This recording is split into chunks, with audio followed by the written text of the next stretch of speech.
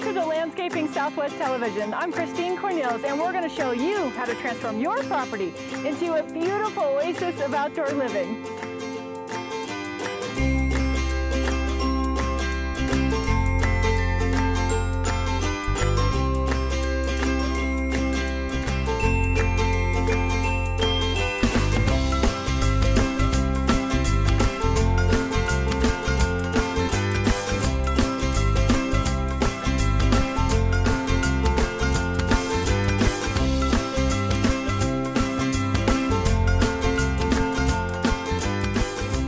The Southwest region is unique with its extreme temperature changes, the abundant sunshine, and limited rainfall.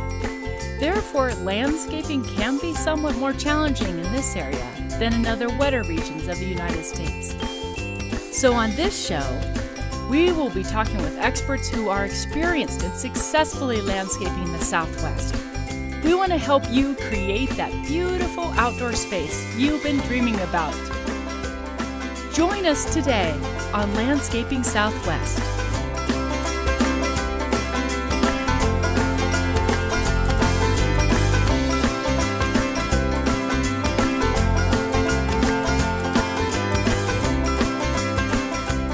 Well, we're so glad you're with us on this episode of Landscaping Southwest. We get a chance to talk to Wes Brittenham of Plants of the Southwest. Wes, thanks so much for joining us again. Sure, thank you. Thanks. Yeah, and Wes was with us on a previous episode where we learned about winterizing your yard and also preparing for spring. It had some really useful tips. So if you didn't get a chance to see that, please go to our website, landscapingsouthwest.com. And today, Wes is going to share with us the principles of Xeriscaping. Okay, now you have to help me. How do you pronounce it? What is this I'm trying to say? Xeriscape. Xeriscape. It's from the Greek xeri for dry and scapes for landscape. Not xeroscape, which some people say because that refers to strictly gravel and stone and a bunch of nothing. Things that aren't that pretty, really. Not that pretty. Maybe don't use a lot of water, but a xeriscape is a water-conserving landscape that can be as lush and beautiful as you require for your design or the use of your landscape. So and where did these principles come from? Well, I think it started up in Denver when they were looking at a water conservation program. They coined the word Xeriscape at the Denver Water Authority. Oh, okay. It made its way down into New Mexico in probably the late 80s and really caught on in the early to mid 90s, and now it's just sort of a common practice. So what did we do in New Mexico before that? Well, because we're a city, certainly here in Albuquerque, of people from all over the place. People wanted to bring the plants that they were used to. If they came from the Midwest or the East Coast, that was what they wanted to see.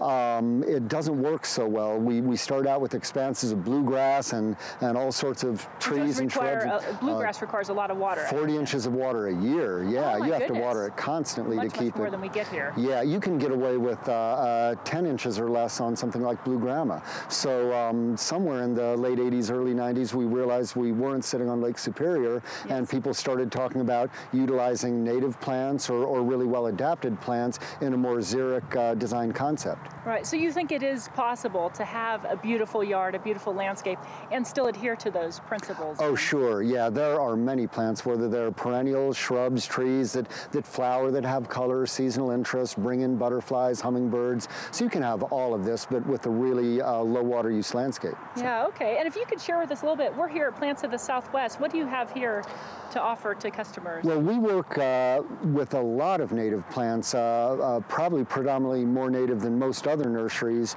but we also sell a lot of adaptive plants, plants that maybe aren't native to New Mexico but have proved very well suited to our extremes of heat, our extremes of cold, and our lack of precipitation. Okay, great. Well, I'm excited because when we come back, Wes is going to share with us those principles he was talking about, so that when you're planning and preparing for your yard and your landscaping, that you can consider those principles and have something that's beautiful as well. Yeah. So we'll be right back. Thanks. Yeah.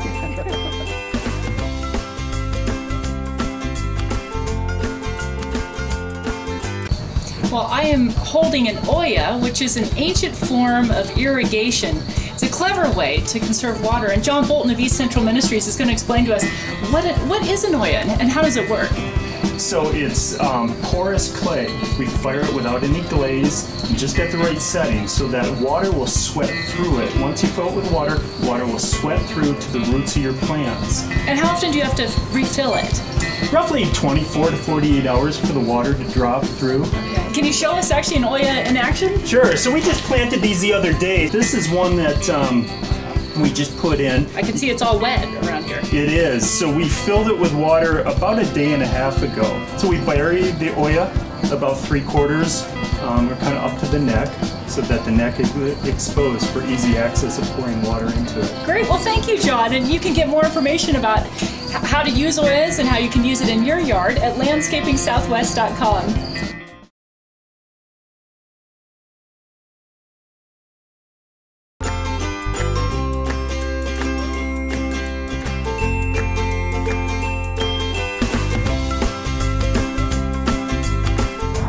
Back with Wes Brittenham of Plants of the Southwest, and Wes has offered to share with us the principles of xeriscaping, and what are those principles? Well, there are 7 of them, and just to run down the list, we start with planning and design. We have soil amendments or improvements, appropriate turf areas, appropriate irrigation, mulching, and then maintenance, proper maintenance. So each one of these we can embellish on. Okay, yeah, that'd be great. Yeah, so let's start with the first one, so planning and design. So planning and design, you want to think about the use, the function of your yard. What is it that you're actually trying to accomplish? I think first I would say that there are 3 zones in a xeriscape. There's an oasis zone near the house, a transition zone a little bit further out, and then the xeric zone or the driest zone the further out. So you group plants according to their water needs and then how you're going to use the space. Plants that require more water you would want closer to the house. If you have a turf area, if you want a garden, something a little lusher, keep it near the patio, keep it close, keep it cool. It helps to cool down the house to have an oasis zone up close. The middle area, the transition area, would be, you know, some of the more moderate water use plants transitioning into the lower water use plants. Then beyond that, the third and outermost zone would be the xeric zone. That would be where your hottest, driest, lower water use plants would be located. Great. Okay, and principle number 2? Number 2 would be soil improvements or amendments and whether or not they're necessary. For the most part, with xeric or native plants, you don't need to amend the soil. But if you're doing a vegetable garden or an intensive flower bed, you might want to amend with compost or something like that. Also, it varies from area of the city. On the west side of the river, where it's quite sandy, you may need a soil amendment more so than you would in the river valley or in the heights. So you really do have to think about a lot of the not only the principles, but how they apply to your unique location. Site. And then appropriate turf areas would be the third one. You know, I think we got into this because everybody in the old days had big old lawns and mowed them and fertilized them and watered them like crazy. And if you don't need a lawn, why have one? You know, maybe if you have children or you just want that green space, smaller is better. And then species of grass changes. Bluegrass, we discussed, uses a lot more water. Fescues and rye, other typical park type blends, still are pretty thirsty, but you can have a lovely lawn with like buffalo grass or blue grama or a combination of the two, which can use a third the amount of water. But again, if it's a lawn, make it as the smallest that it needs to be to serve the function. Right, okay, great. And so we can talk about low water use plants. That would be the next thing in the landscape. Certainly you might have some that are in the moderate range or even the high water use range up in your oasis zone. Xeriscape can be entirely xeric and native with cactus, yucca, and things like that, but most of us need a little more. But in general, you should kind of try to use plants that are appropriate to our rainfall with some supplemental irrigation. You're pretty much going to have to water anything you put in, but the lower water use plant you select, the less you're going to have to be worried about taking care of it as water becomes a more serious issue in the future. Right, okay, so that's 4 principles. Okay, what's the 5th one? The 5th would be efficient irrigation, and certainly for most landscape, that would be drip irrigation. Lawns need spray irrigation, pop-up sprinkler heads, but those are specific to lawn use only. When it comes to trees, shrubs, and even perennials, drip irrigation is by far the most efficient because you can apply exactly the amount of water in rates that most people would refer to as gallons per hour. So for example, a butterfly bush might want 4 gallons per hour, but a penstemon might want 1 gallon per hour. So you can put the appropriate emitter on each individual plant plant, run your timer for an hour. The one that wants more water gets more water.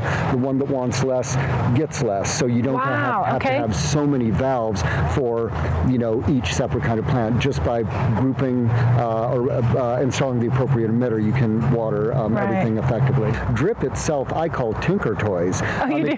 Yeah, it all fits together. It's compression fittings. There's little tools that poke holes. You can just plug the emitters right into the poly and into the spaghetti. So really, after a little bit of minimal training, anybody can do drip. Wow. The main thing to know is the appropriate water for each specific plant. So, and then mulching.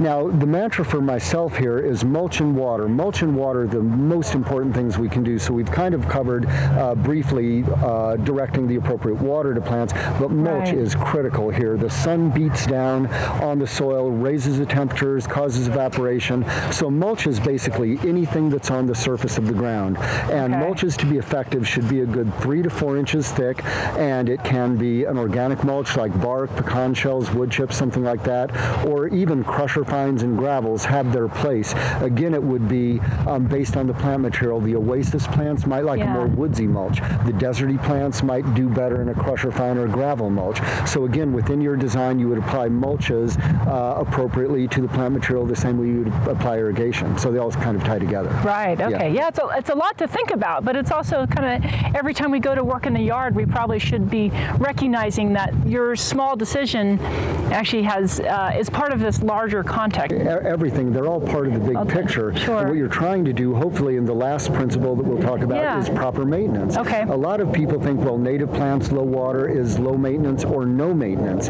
Depending on your design and your selection, it certainly could be that. But when you're planning your design, you go from principle number 1 to number 7. How much time do I want to commit? How much time do I have to commit to taking care of this landscape? And then you can choose accordingly. All landscapes need some maintenance. The more minimal, the more absolutely xeric, the least maintenance. So you just plan that in there too. Everything needs maintenance. Most xeriscapes, one good cleanup in the spring and one good cleanup in the fall with a little deadheading and a little tidying up in between is basically all they need when they're established. Great, okay. Well, Wes, thank you so much. And when we come back, Wes is going to share with us more about the first principle, which is planning and design. So stay with us. We'll be right back. Yeah, great, okay, yeah. Well, the Water Conservation Officer, Katherine Yuhas, is willing to share with us one of their special rebates. It has to do with the rainwater harvesting program. Katherine, what is that program? Well, it's a credit on your water bill for putting in rain barrels, and it depends on the volume of the barrel how much money we're going to give you back on your bill. So we start off at $25 for just a standard rain barrel, but as you get more and more of them or bigger barrels, the rebate goes up. But we're looking at a program that's an even bigger expansion of that. Oh, you are? What is that? Well, it's the rainwater harvesting pilot program. And we're actually putting in rainwater harvesting systems at our customers' homes so that we could capture as much as 1,000, 2,000 gallons of water. So actually doing something that's larger, that would fill up over probably multiple storms, I guess. Exactly, yes. So that you could water for several months after a rainstorm rather than just, you know, the next day. Okay, so and if a person is interested in this rebate, do they need to talk to you before they purchase the barrel? What do you recommend? No, you can just go on our website and get the rebate form, purchase it anywhere you want, online, in town, whatever appeals to you, and then you send in a copy of your receipt and the rebate form, and the credit goes on your bill. It's pretty seamless. That's great. Well, if you haven't taken advantage of that rebate, please consider it. It sounds like a wonderful program. Thank you, Katherine. Thank you. Thank you.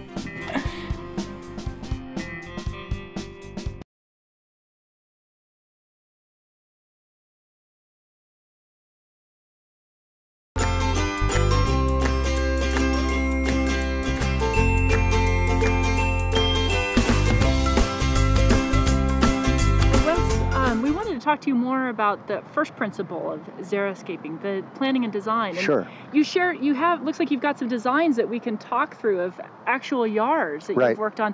But even before you put pen to paper, what do you have to do in that planning and design phase? The first question I would be asking again is, how do you want to utilize the space? What is it you're trying to accomplish? You know, what is your budget? Are you going to do it yourself, or are you going to hire a designer or a company to install it?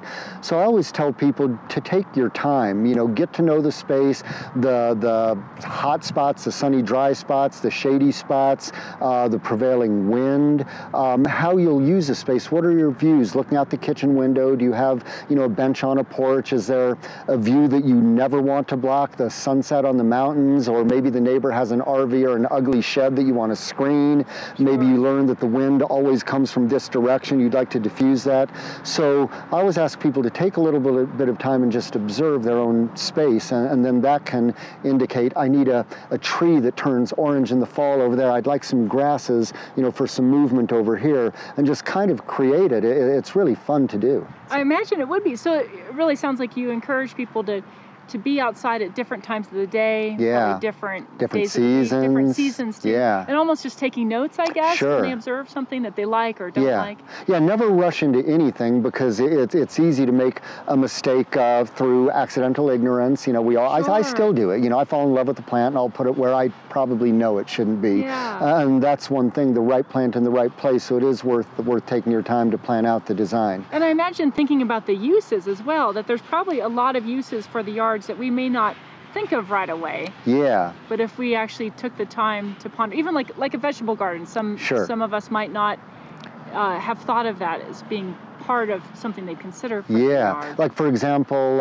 in our yard we have a great vegetable and herb garden right outside the kitchen door and right next to the barbecue grill. Oh, perfect. So when we're making dinner, we just have to step out the back door and pinch some fresh herbs, or you know, stuff the chicken, put it on the rotisserie, and it's very conveniently placed. Sure. Some people, though, for their the sun requirements of vegetables and herbs, maybe they don't have that ability, and perhaps their vegetable garden, herb garden has to be situated a little further away. Right. So, you know, it just depends on the individual site. Okay. And what about the slope of the yard too? What sort of things do we need to be thinking about? Well, you can do all sorts of things. Certainly you want to be sure that you have good drainage, and that the drainage is for the most part away from the building. Okay. But for example, again, using my yard, it slopes gently from, what would that be, the southeast to the northwest.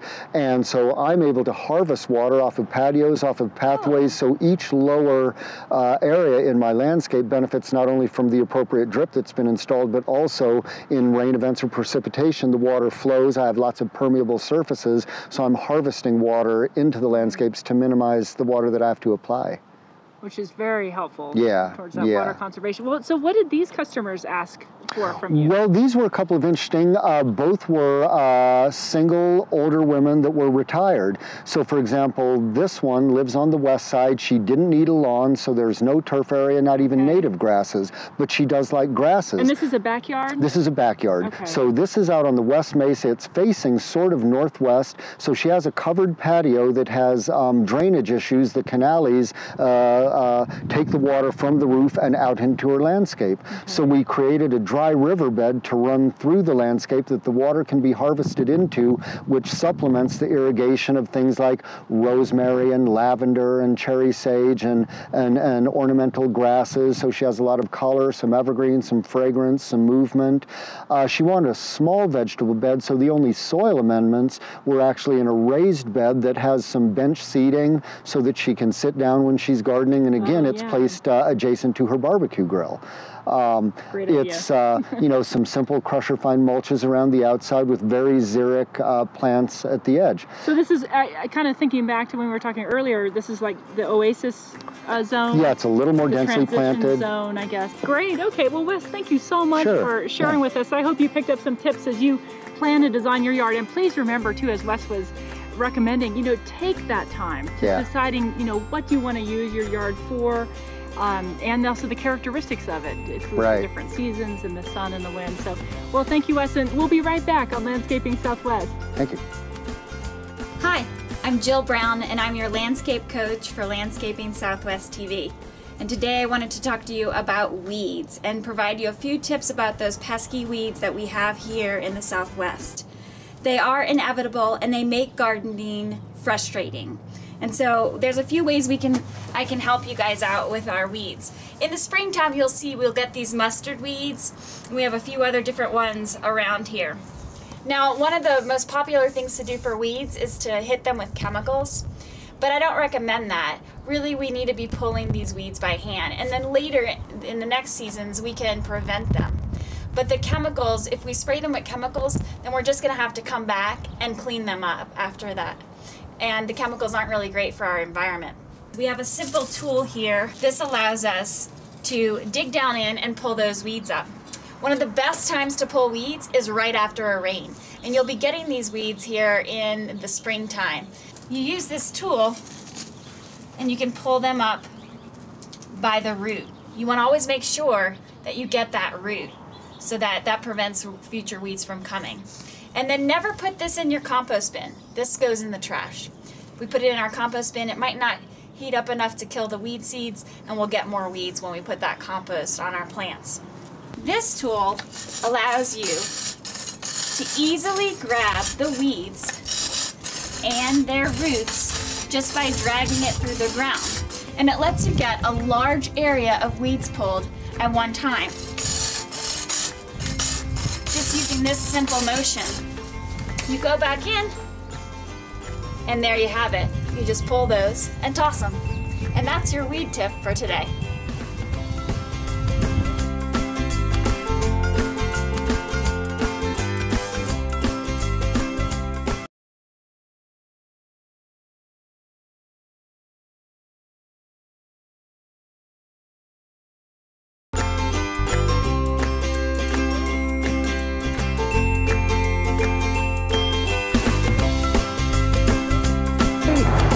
Wes, you shared with us some great tips for planning and design. Do you have any tips kind of for the beginner landscape designer? Sure. Yeah. So I think the first thing, again, to reiterate, just familiarizing yourself with the property, you know, the views, the light, etc. But I think there's some really go-to plants for any xeriscape that would be nearly indestructible for most people. Oh, and that would be great. Yeah, what are those? For tree forms, you could do things like desert willow, the New Mexico olive, or a vitex. Those are large shrub, small tree kind of thing.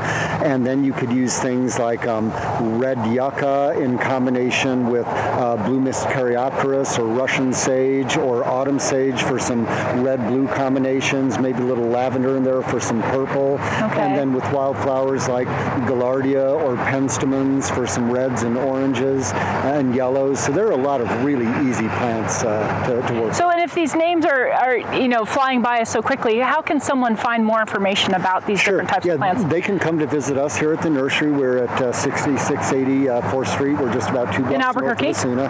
Technically the village of Los Ranchos, but we're in Albuquerque. Sure, okay. And our phone number is 344-8830.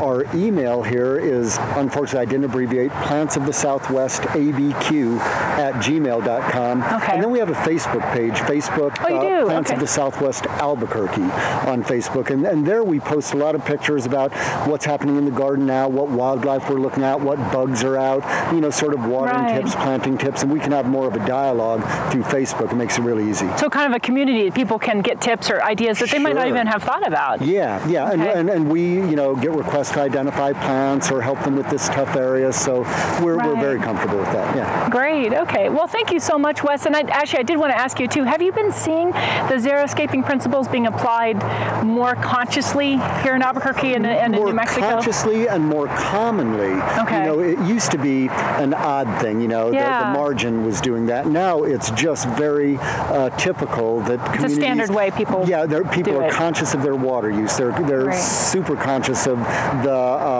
availability or lack thereof of water, and so that makes the Xeriscape principles something that really helps people to apply sensible design to their landscape and reduce their need for water, for pesticides, for a lot of things. You can actually save a lot of money doing Xeriscape.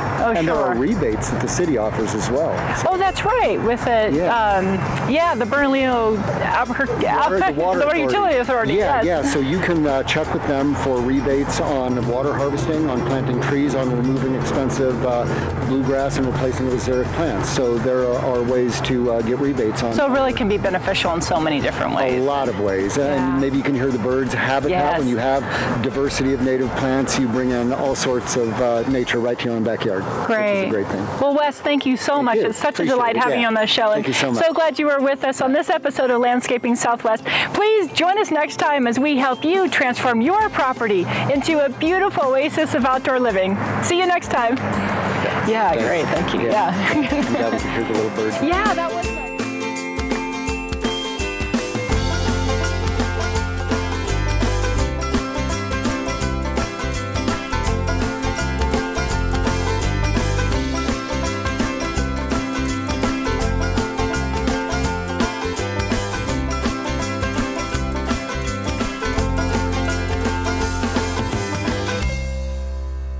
The goal is to make you laugh, Kyle. Yeah. Then you have to shake that now. Oh, man, you should see the